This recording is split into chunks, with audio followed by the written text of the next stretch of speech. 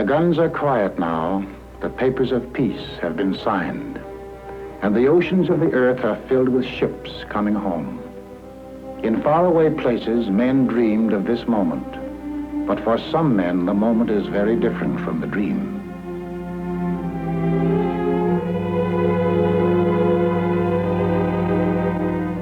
Here is human salvage, the final result of all that metal and fire can do to violate mortal flesh.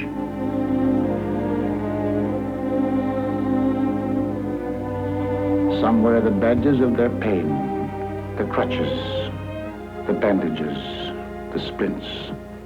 Others show no outward signs, yet they too are wounded. This hospital is one of the many for the care and treatment of the psychoneurotic soldier.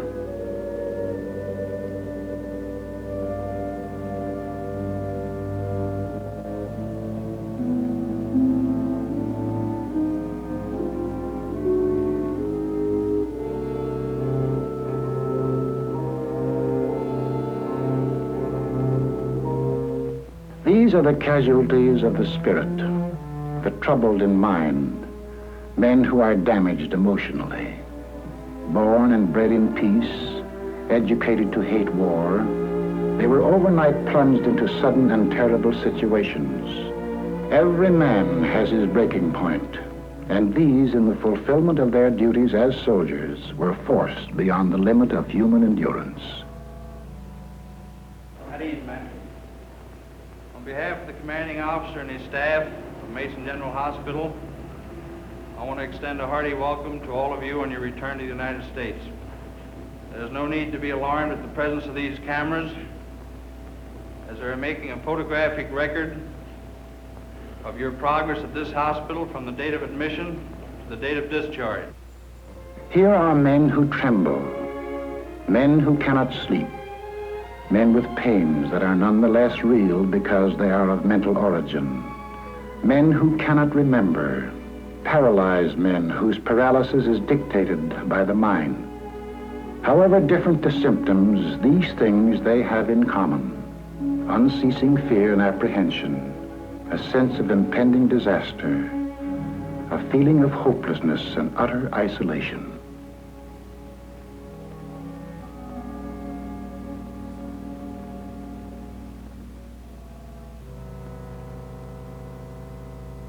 May I have your last name?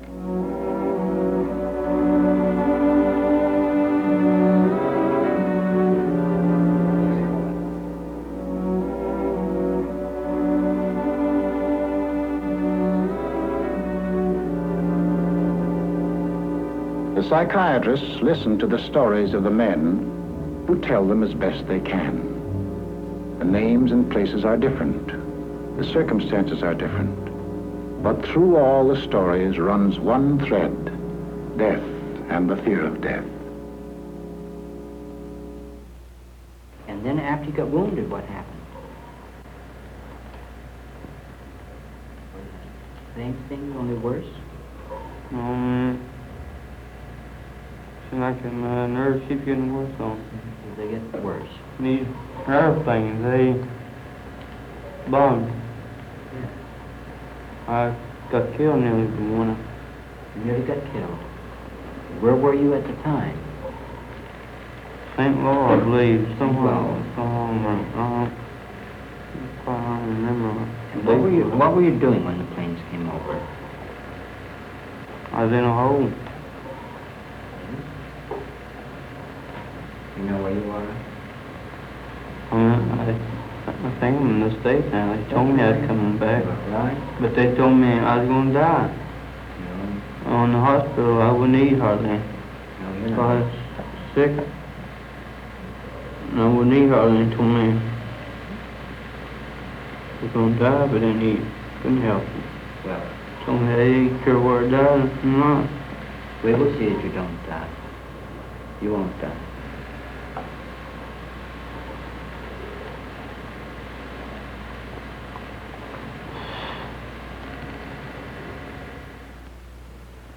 I lost my last buddy up there, Little Norman. He was second scout, and I was first scout. And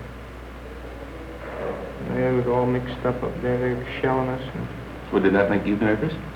I should have been first scout. I'm first scout, and I should have been out in front. And he went out, and I started to go out after him, and he got shot.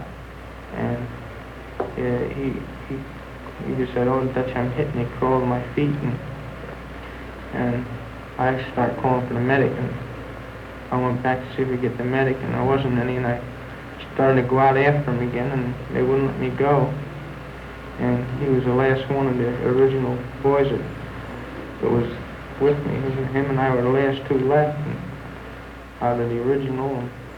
And when you were shelled, how did you feel? I don't know. It's just after Norman got hurt or killed, why I was all right when we were moving up or attacked and anything like that. When we get pinned down, I start thinking about him laying back there. And then what happened to you when you think about him? How would you feel? I just didn't care what happened to me. Do you mean you didn't want to go back into combat again? Yes, sir. I wanted to go back. I wanted to stay there. I wanted to keep on for him and all them other guys, John and Stryker and Tex and Pop. And how do you feel right now? I feel all right. Have you been getting along? Well, fairly well, sir. Mm-hmm. You overseas? Yes, sir. Where? We were in France, and then we went to Germany. In where? France to Germany. And what outfit were you with? I was with Headquarters Detachment, 50th Quartermaster Battalion, Mobile. Mm-hmm. I see your PFC. At present, sir. You had to go in the hospital. Sir? You had to go in the hospital. Twice, sir. It says here on your record from overseas that you had headaches and that you had crying spells. Yes, sir. I believe in your profession is called nostalgia. In other words, homesickness. Yes, sir. Mm-hmm. It was induced when, shortly before the war, I received a picture of my sweetheart. Yes.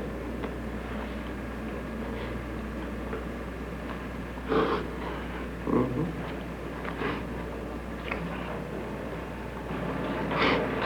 I'm sorry, I can't continue. That's all right. Yes, sir. Come on and sit down a minute. Now, a display of emotion is all right. I'm not doing this deliberately, so Of course please you're believe not. me. I do believe you. A display of emotion is sometimes very helpful. I hope so, sir. Sure, it gets it off your chest. You wouldn't be here. You wouldn't have been returned. There's a patient. If there wasn't something upsetting you. Yes, sir.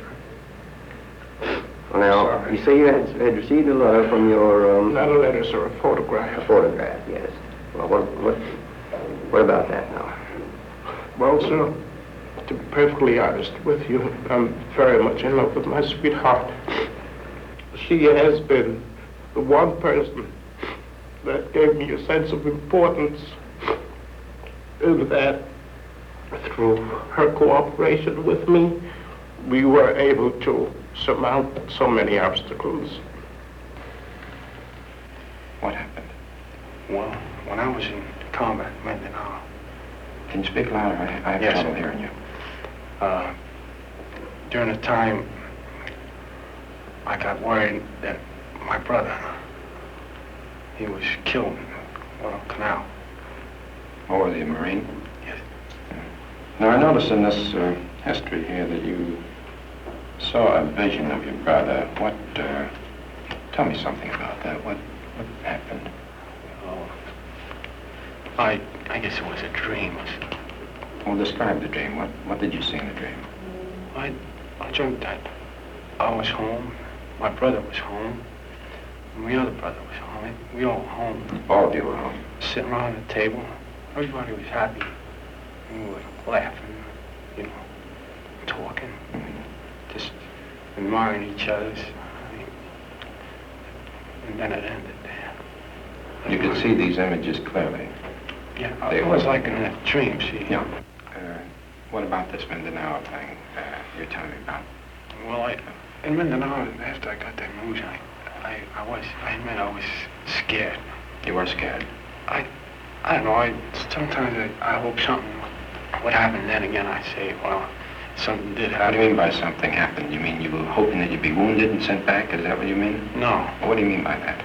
I meant that I hoped that just, I was so disgusted and tired of everything. I just didn't feel like living. And then I changed my mind and I think back to my folks, and it'd be a double blow if something happened to me. And I'd be standing guard, sitting on a machine gun there, just watching. And I'd hear a little noise and I'd let go, shoot. It wasn't nothing, probably was an animal or something. Any noise made you excited, you just shoot. At that time, yes.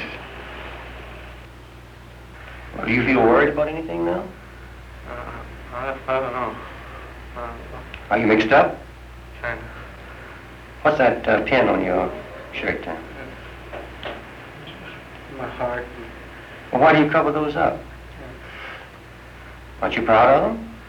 Yes, sir. You got a Purple Heart? Your campaign ribbons? Yes, sir. Well, why do you cover them up? Now, there must be some reason for you doing that. Well, what happened over there? Well, we got in the scrape and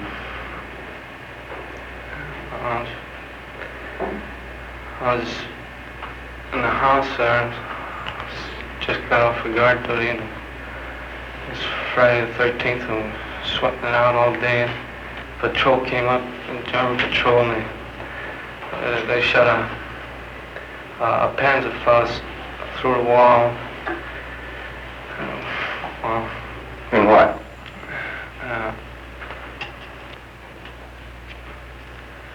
I was laying on a couch, and right before it happened, I felt a little jittery, so I laid down on the floor.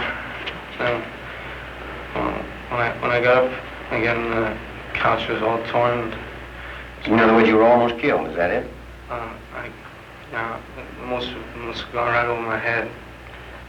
Do you feel conscious, are you aware of the fact that you are not the same boy that you were when you went over? Do you feel changed? Yes. In what way? More jumpy. How about with people? I used to always like to have fun. I used to always be going places. I don't like to do nothing no more. How long were you overseas?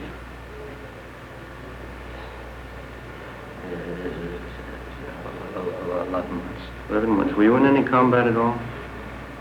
This is 6 months, sir. I tried every way to keep my mind occupied, reading, going to the gymnasium, going out with the fellas and try to become an extrovert, try to get out of myself. But it seemed to me that I got worse and worse. And after a while, I developed, after the fear of insanity, I started developing fears of different sorts. Did you ever have similar pains before you got Never married? in my life. Have you ever been nervous before in your life? No, sir. Never. I was a solid man. Do sudden noises bother you particularly? I could just shake a little, but not that bad. Well, I guess I just got tired of living, you can put it that way. I had trouble sleeping, yes. Had dreaming of combat, you know. I just took off because I see too much of my buddies gone, and I figured the next one was for me. A man can just stand so much up there, see? Admission note, transfer diagnosis, anxiety reaction, severe. Active symptoms in remission. On this, their first night back in the States, each man who is able may make a long-distance call without cost. After months and years of silence, familiar voices are heard once again.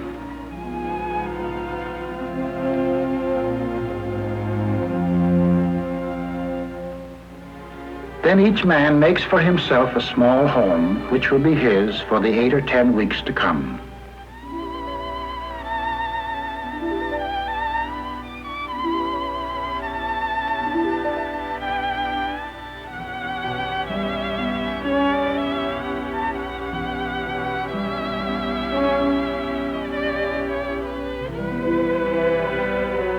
Now in the darkness of the ward emerge the shapes born of darkness, the terror of things half remembered, dreams of battle, the torments of uncertainty and fear and loneliness.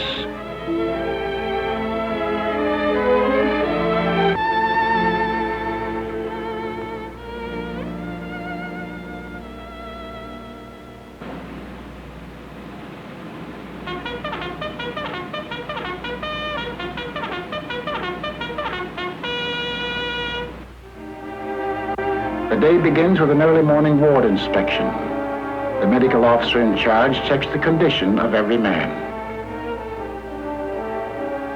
Modern psychiatry makes no sharp division between the mind and the body. Physical ills often have psychic causes, just as emotional ills may have a physical basis. Possibilities of organic disturbance in the brain are investigated by means of the electroencephalograph. The Rorschach test, the things that the patient's imagination sees in these cards give significant clues to his personality makeup.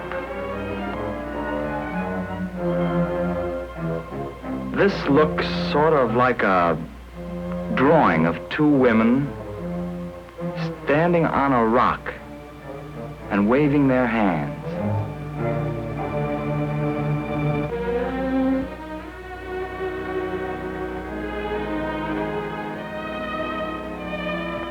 This man suffering from a conversion hysteria requires immediate treatment. Organically sound, his paralysis is as real as if it were caused by a spinal lesion, but it is purely psychological. Well, just sit him up about the middle of the bed there. I feel pretty good, huh? That's fine. Now sit yourself over there.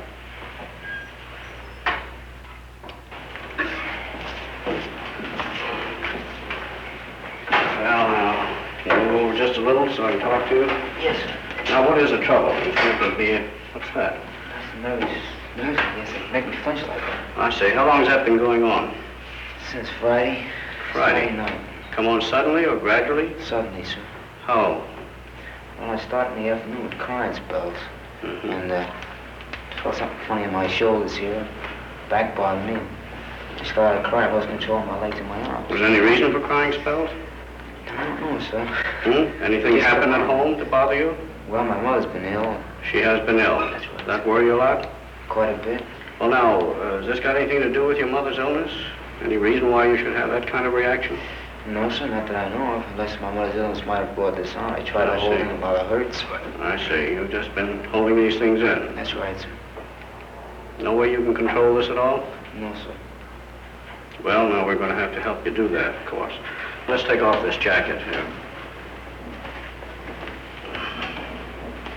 Just slip that off. All right, now lie down on the bed. My shoes. Right, now we'll leave the shoes on so you can walk in them. I think we're going to get you walking. Let's come over here. That's the boy. That's fine. That's good. Now you lie steady. Lie steady. That's the boy. This is all going to go away as I give you this medicine. No bother at all. The method employed here is effective in certain types of acute cases. An intravenous injection of sodium amytal induces a state similar to hypnosis. What a torpedo that is. You mind if I look this way? You look that way. There's nothing for you to watch here, but you're going to talk to me as we go along. Yes, sir. That's all. Now, you're not going to feel much of anything else. You're going to feel a little bit woozy. The use of this drug serves a twofold purpose. Like hypnosis, it is a shortcut to the unconscious mind. As a surgeon probes for a bullet, the psychiatrist explores the submerged regions of the mind, attempting to locate and bring to the surface the emotional conflict which is the cause of the patient's distress. The second purpose of this drug is to remove, through suggestion, those symptoms which impede the patient's recovery. Now tell me a little bit about what you're thinking of. The thoughts are coming to your mind now. Nothing in particular. Well, now let's go back. Let's go back to Friday. Friday? Yeah, think about that. Friday. My mother argues with me. Your mother argues with you? Yeah. Mm-hmm. What does she argue about? Well, every little thing. If you sit down in a long chair or something like that. Doesn't like the stuff you get in the store. Uh-huh. Then she calms down. Well, see, have you always tried to please her? Yes. Mm-hmm. Always tried to please her. I used to clean her house for her when I was smaller. Well, now, why do you think she argues like that? Think she's sick? Well, she doesn't try to control her temper. I see. Mm-hmm. How about your father? He's a swell guy. He's a swell fellow, isn't he? Gets kind of hot-tempered. Since my mother's been sick, it's been costing a lot of money. Uh-huh. And he's lost a lot of weight about worrying. I see. My mother argues with him. She wants to know where the money is. Mm-hmm. But I don't care about that as long as everything turns out all right. Well, now, this jumping, what does that make you think of? Think about it, man. I can't help it. It just jumps. Uh-huh. How about the legs? Do you know anybody who had any trouble with their legs like that? No, sir. And what does it make you think of? Go on. Except several years ago, there was one fella. He had something wrong with his right leg. Water in the knee, but he's walking today. That hasn't bothered me. Was that anything like your leg? I don't know. He couldn't walk at all. He couldn't walk at all? No. What do you think of when you can't walk like that? I wish I could walk. But what do you think of? What comes to your mind when you find that you can't walk? So maybe I think my mother and father should be okay. Sometimes I wonder, hope the war ends soon. Things like that. Nothing in particular. Well, now the shakes are gone now, haven't they? Yeah. How about your legs? They're good and strong. I feel all right. Move them. Let's raise them. Oh, I used to even raise them before, but I can't walk. Well, how about them now? They feel all right. They feel good now, as if you can walk in them, don't they? Toes feel numb. Toes feel numb, but that's going away, isn't it? Yeah. Gee. Raising them fine, isn't it? Yeah. Now you're going to be able to walk, aren't you? I don't know. Well, you're going to, aren't you? Yes, sir. All right. I'm going to walk. I love walking. You love walking. I did. Always been very fond of walking. Now you found yourself unable to walk. Now you're going to get right up and walk. Right now. All right, now let's sit up. Sit up on the side of the bed. Here you are. That's fine. All right, now stand up. And look at that. Isn't that good? All right, now walk out here. Walk over to the nurse all by yourself. That's the boy. Walk over to the nurse. You're just a little woozy. That's the medicine. Now come back to me. Come back to me. Open your eyes. That's the boy. Is that fine? Isn't that wonderful? Sure. All right, now again, once more. Yeah, but how long are we going to be there? Oh, it's going to stay that way. It's going to stay because that's taking care of your worry now. All right, now come on back to me, and I'm going to let you go to sleep. When you wake up, you'll keep on walking perfectly well. How about it? Thanks, sir. Righto. All right, now let's get up in here and we'll go to sleep. Yeah, there you are. Now I'm going to have you go right to sleep. When you wake up, it'll be all right. Thanks. All right, sleep. The fact that he can walk now does not mean that his neurosis has been cured. That will require time. But the way has been opened for the therapy to follow. Now a new way of living begins, very different from the old one whose purpose was killing and trying not to be killed. Now in an environment of peace and safety, all the violence behind them, they are building rather than destroying. Men have their choice of occupational therapy. Some find relaxation in mechanical jobs. Certain types of cases obtain relief in precision work, which answers their inner need for order and certainty.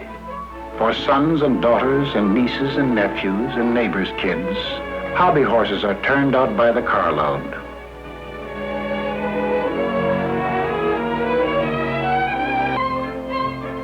Physical reconditioning is not the only purpose in sports, which also serve to bring men out of their emotional isolation and back into group activity. One of the most important procedures is group psychotherapy. Here, under the psychiatrist's guidance, the patient learns to understand something of the basic causes of his distress. As one of a group, he also learns to understand that his inner conflicts are, with variations, common to all men. And I think of it a little bit like this. We want to get you out of your own feeling of isolation, to get you to feel that you are like other people. In order to get to that, we have to use knowledge as one thing and something else which has to be added, and that is an experience of safety. You could say it is almost the core of all our treatment methods. Development of knowledge of oneself with the accompanying safety that it brings. I'd like to see if we can get some illustrations of how one's personal safety would stem from childhood safety, and how the childhood safety itself would stem from the parents' safety. In my illustration, as a child, whenever I underwent any experiences that were frightening to me, I never told my parents. I kept it to myself. While I was alone at night in my room, I'd call on God. So if I had done anything wrong that I was ashamed of, I was ashamed to go to my parents and tell them what I had done. So I kept it to myself. And I used to be in constant fear that my parents would find out my feelings. Well, I wonder if there's any of your mother's troubles that you would know about. No, my mother never gave any of the children any part of her troubles. Well, that would be the same thing that happened to you. She didn't tell her troubles, and you didn't tell yours. You took your troubles to God, and she probably did the same thing. Probably didn't even confide in your father. In other words, the kind of method that you used to get relief from anxiety was really, we'd have to assume, learned and felt right in your home, the same kind of thing. I think it was all caused by economic conditions of the world. I mean, people trying to compete with one another, trying to get a better job, trying to keep up with uprising of living, things like that, of course. A lot of arguments in the home. Mother and father arguing about the price of the food, and that has a reflection on the children. That's right. Things like that. So I think that was one of the causes of worse, illness. Not having enough food to eat, or the arguments between the mothers? I mean, there was... Which was the worst, though? Well, I guess the arguments. Sure, of course the arguments. Because I can't remember about the food. There you are. You can't even remember about the food or the lack of food. I have in mind my own childhood. We're coming from a moderate family. Moderate in the sense that the family had some sense of security. What happened there was we were told that myself, my brothers and sisters, we couldn't just play with any of the kids we wanted to play with unless their parents in turn had the equivalent of what our parents had. And as a result, we were kept in a narrow circle, very, very narrow. However, I have found that there has been a strong yearning on my part to break out of this environment, to be able to play with Thornton and Harry. I'd say the net result's like this. Your mother did not feel really so superior. She felt inferior when she tried to make you take the attitude you were better than the other children. So that now, in certain experiences in the Army, have brought that out more clearly, because you've been thrown in with Tom and Dick and Harry and need to get along with them. It's not necessary to be in the Army. It's not necessary to be in the war.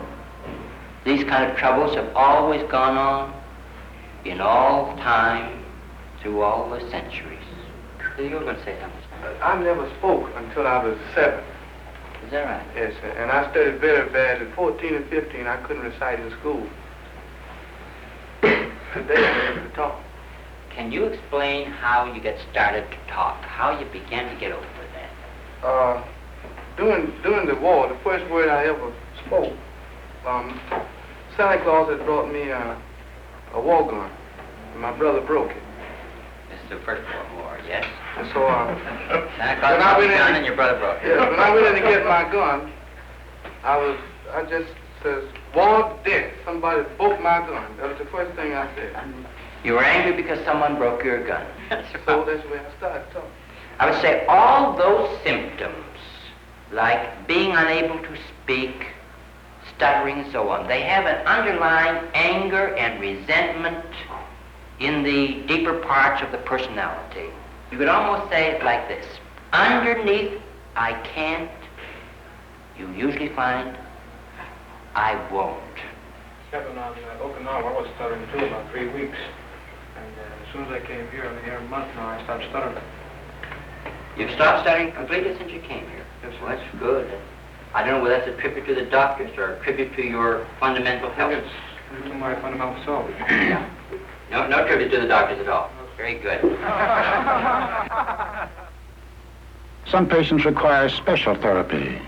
Hypnosis is often effective in certain types of battle neuroses, such as amnesia. This man does not even remember his own name. A shell burst in Okinawa wiped out his memory. The experience was unendurable to his conscious mind, which rejected it, and along with it his entire past.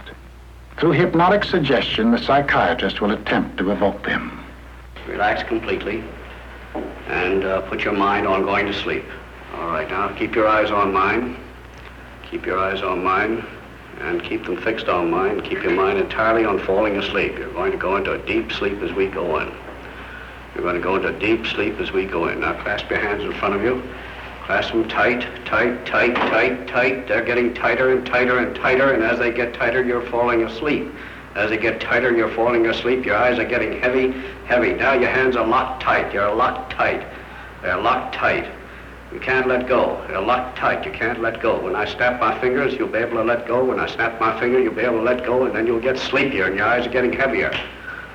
Now your eyes are getting heavier, heavier, heavier. You're going into a deep, deep sleep. You're going to a deep, deep sleep. Deep asleep, far asleep. Eyes now closed tight, going to a deep, deep sleep, deeply relaxed, far asleep. You're far asleep. You're far asleep. Now you're in a deep sleep. You have no fear, no anxiety, no fear, no anxiety. Now you're in a deep, deep sleep. Now just sit down in the chair behind you. Sit down in the chair behind you. Lean back. Head now falls forward into a deep, deep sleep. Head now is falling forward. You're going further and further and further asleep.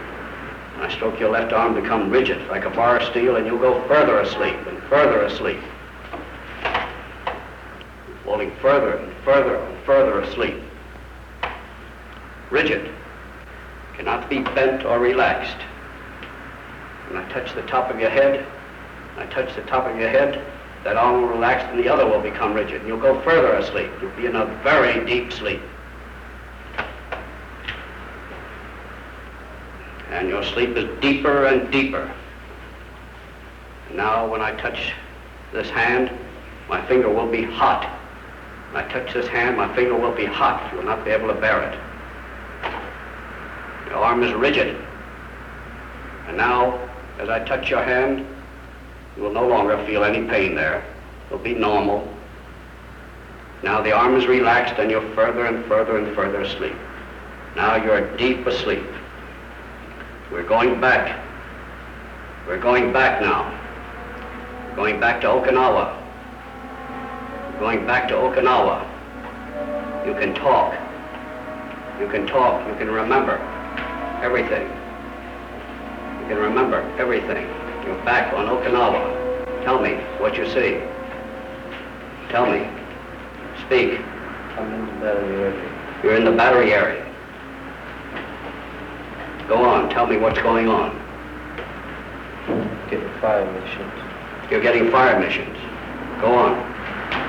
You see everything now, clearly. Getting shells thrown at us. You're getting shells thrown at you. From where? Japs. Japs. Go on. Yes. Keep on.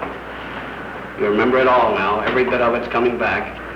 Japs getting near us to get our position. Japs getting near you to get your position. Go on. Told us to get cover. Who told you to get cover? BC. BC. Go on. There's 5 of us. One of the boys got hurt. One of the boys got hurt. Took him away. I was running over to my gun position. Yes, go on. You remember it now. Tell me. It's all right now, but you can tell me. You can tell me. Explosion? Yes. You remember the explosion now. All right, go on. They're carrying me. They're carrying you. Who's carrying you? I don't know. Where are they taking you? Carrying me across the field. Across the field. Go on. Put me in a stretcher. Yes? Yes? Go on. There's no throat shot. Yes? Can you hear them? Yes. You see them? No. All right. Where are they taking you now? Put me in a truck. Why are you fearful now? I want it. You don't want any more. You want to forget it. But you're going to remember it because it's gone now. It's gone. You're back here now. You're away from Okinawa. You've forgotten it. But you remember who you are now. Who are you? That's right. Full name now. That's right. You know your mother's name? Isabel. That's right. Father's? Salvatore. That's fine. You know who they all are now.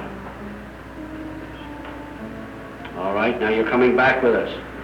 This is going to stay with you. You're going to remember it all. You're going to remember about Okinawa. You're going to remember about the shells and the bombs, but they're gone. You're at ease and relaxed. There's no fear, no anxiety. When I wake you up, you'll be comfortable, relaxed, no pains and no aches. But you'll remember all that I've told you. All that you've remembered. You can wake now.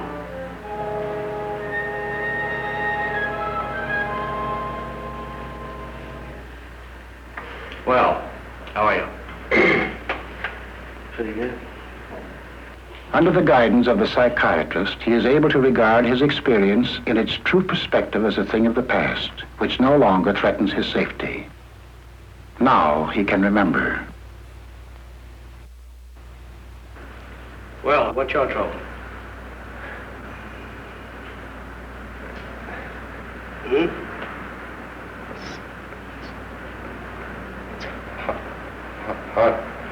Hard for me to get my words out. Yeah, it does seem to be a bit tough. How long have you had that trouble? It started about a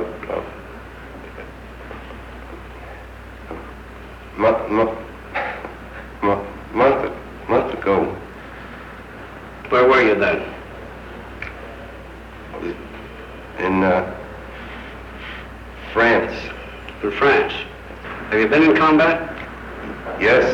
Well, maybe we can help you talk a bit better and you can tell me more about it then, right? Let's lie down and see if we can help you on that. This man is not a chronic stutterer. He suffers from a battle tension which the drug will attempt to diminish. Like the man who could not walk and the man who could not remember, his illness has an emotional basis. You're all comfortable now and relaxed. We're just going to give you some medicine here, and it's going to help limber up that tongue of yours. And this is going to make you feel a bit groggy.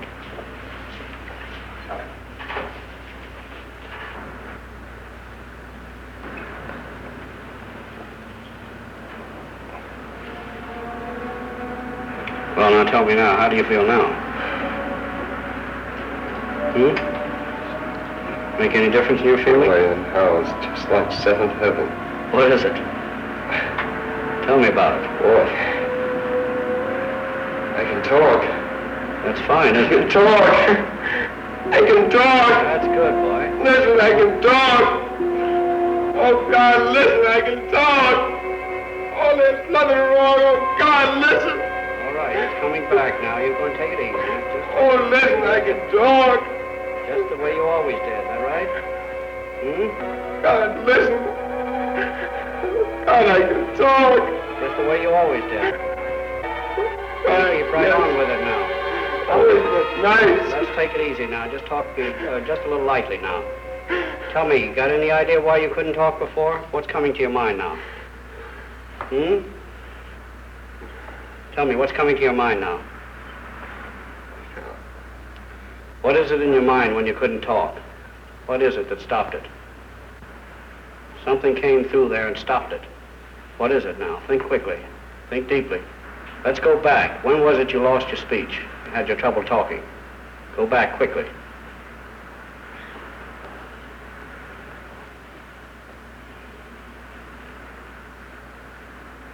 Seems that I first noticed it on a boat. On a boat? Coming over. It first started with an S. And the fellows laughed at me. I don't know why they laughed. Till the guy started. Well, let's start with that S. Let's go back to that S now. What were you thinking then? What was in your mind then? Right now? No, then. On the boat? Yes, with that S, when you couldn't say that S right. Yes. Yes.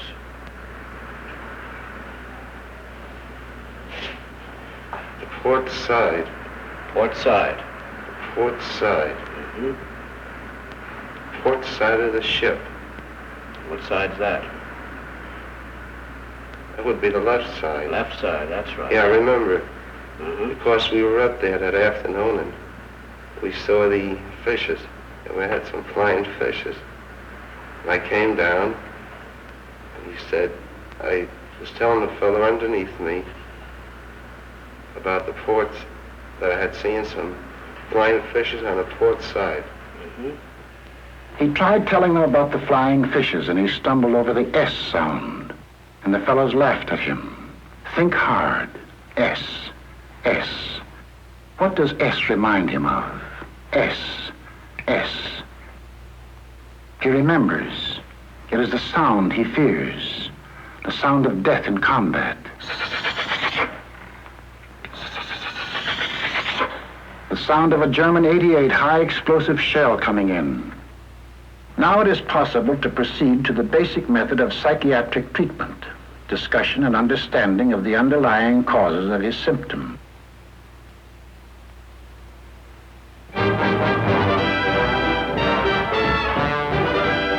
As the weeks pass, the therapy begins to show its effect. The shock and stress of war are starting to wear off. For these men are blessed with the natural regenerative powers of youth. Now they are living less in the past and more in the present. Sometimes they think of the future. The war years must be put aside and the responsibilities of peace must be considered. A man might open a filling station or a hardware store, or he can buy a few acres of land and raise some chickens. He might even go back to school.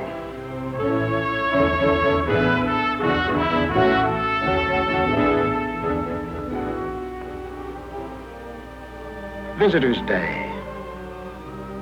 Now the men resume their contact with the world outside. These are the people they are coming back to, whose lives are bound up with theirs. Without their understanding, all that has been accomplished in the last few weeks can be torn down. With it, their return to life can be doubly swift and sure.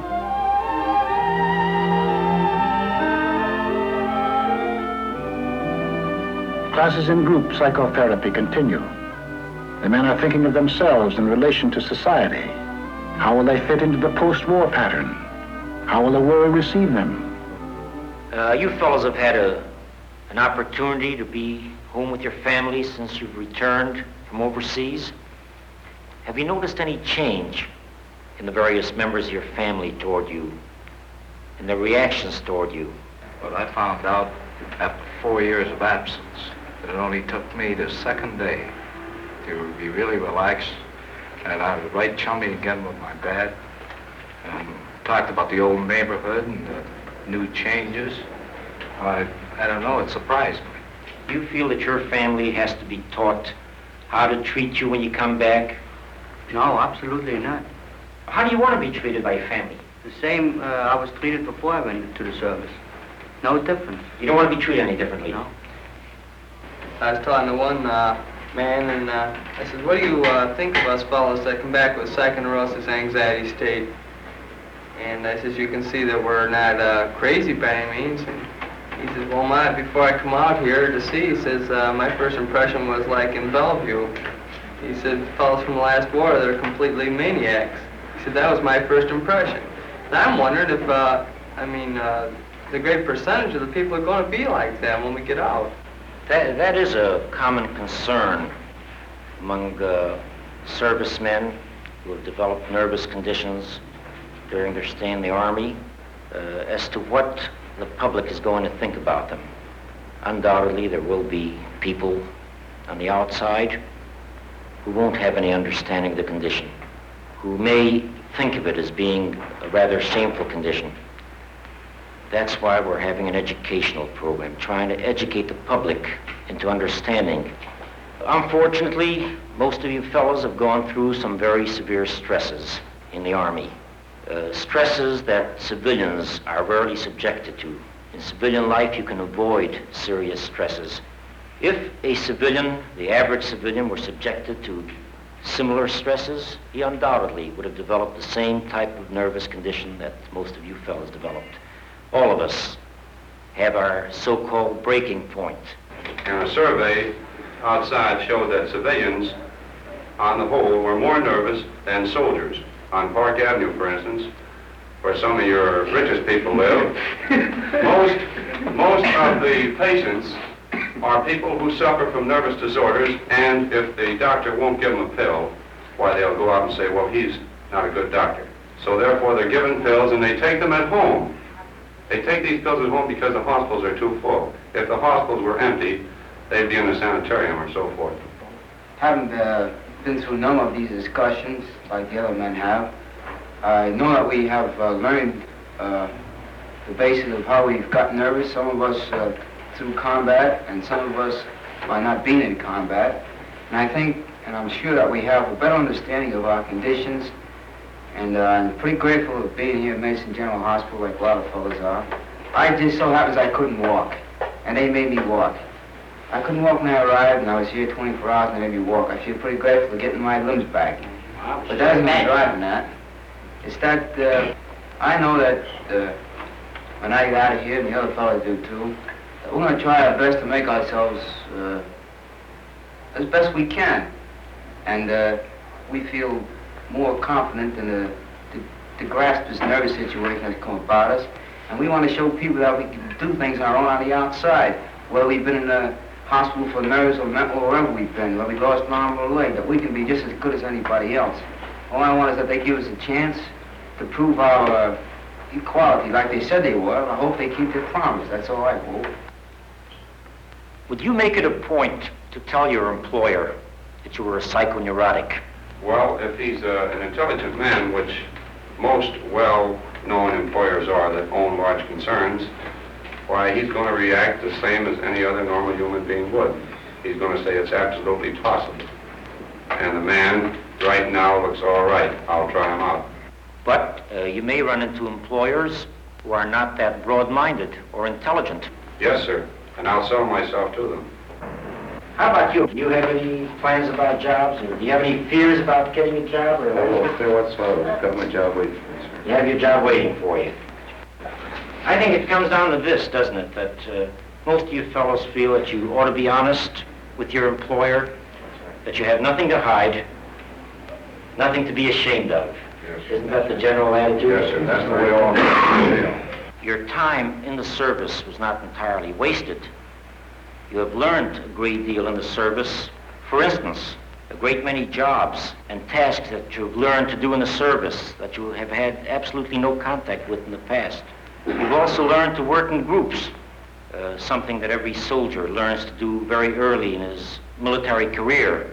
This definitely will be of much value to you in your future civilian employment.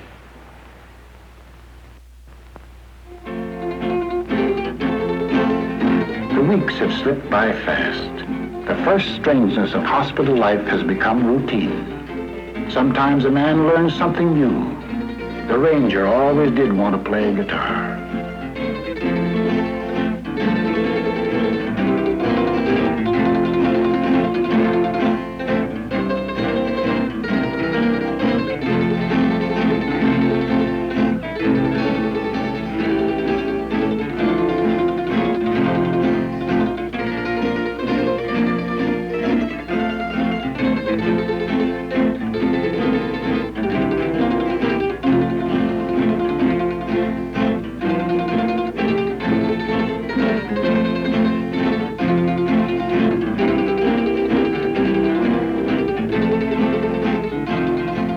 now the days begin to seem long. There's the old healthy sound of belly aching in the air. Spinach, spinach again. And how about a good movie for a change? And how about putting some ice cream in the ice cream soda? No longer is a man shut up within the lonely recesses of himself. He is breaking out of his prison into life.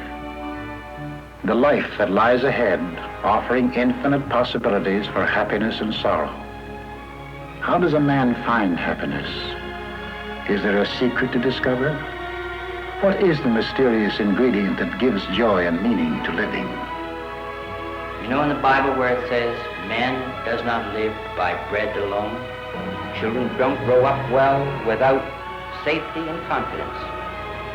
If that wasn't in one's childhood, in growing up, you could say, now there was something missing during all that time.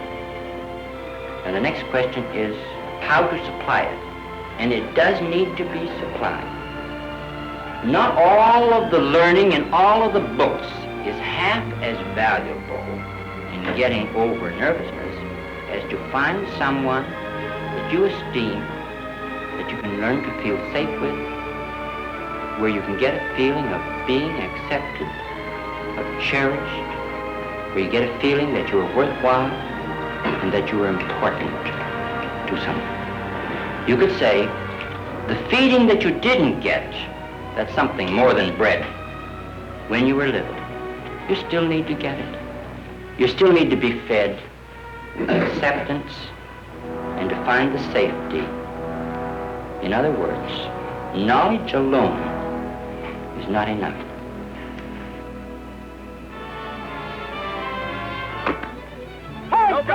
Hold! Nobody got it. Get up! Get up!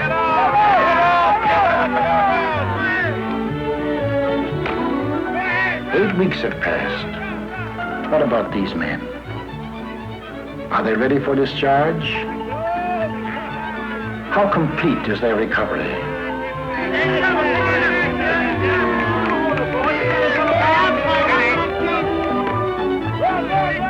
How about the boy in right field? I just didn't care what happened to me.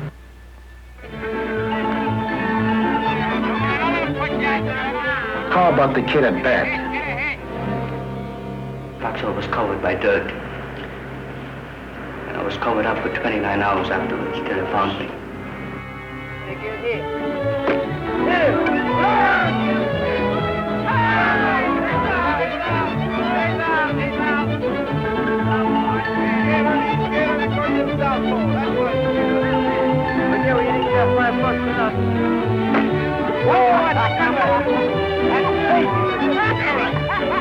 Out! Till you're out! Till you're out! Go on! Take him out!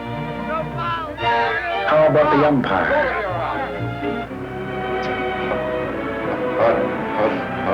Neither. Get my words out. You're out! Go on! Batter up! How about this kid?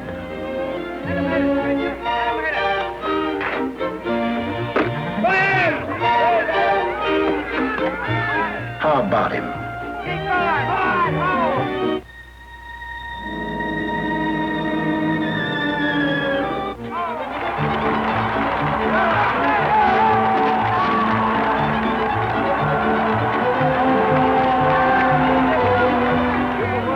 Are they well enough to be discharged?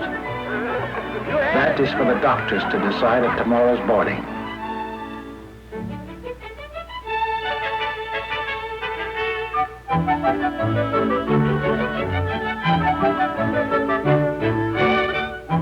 The answer is yes.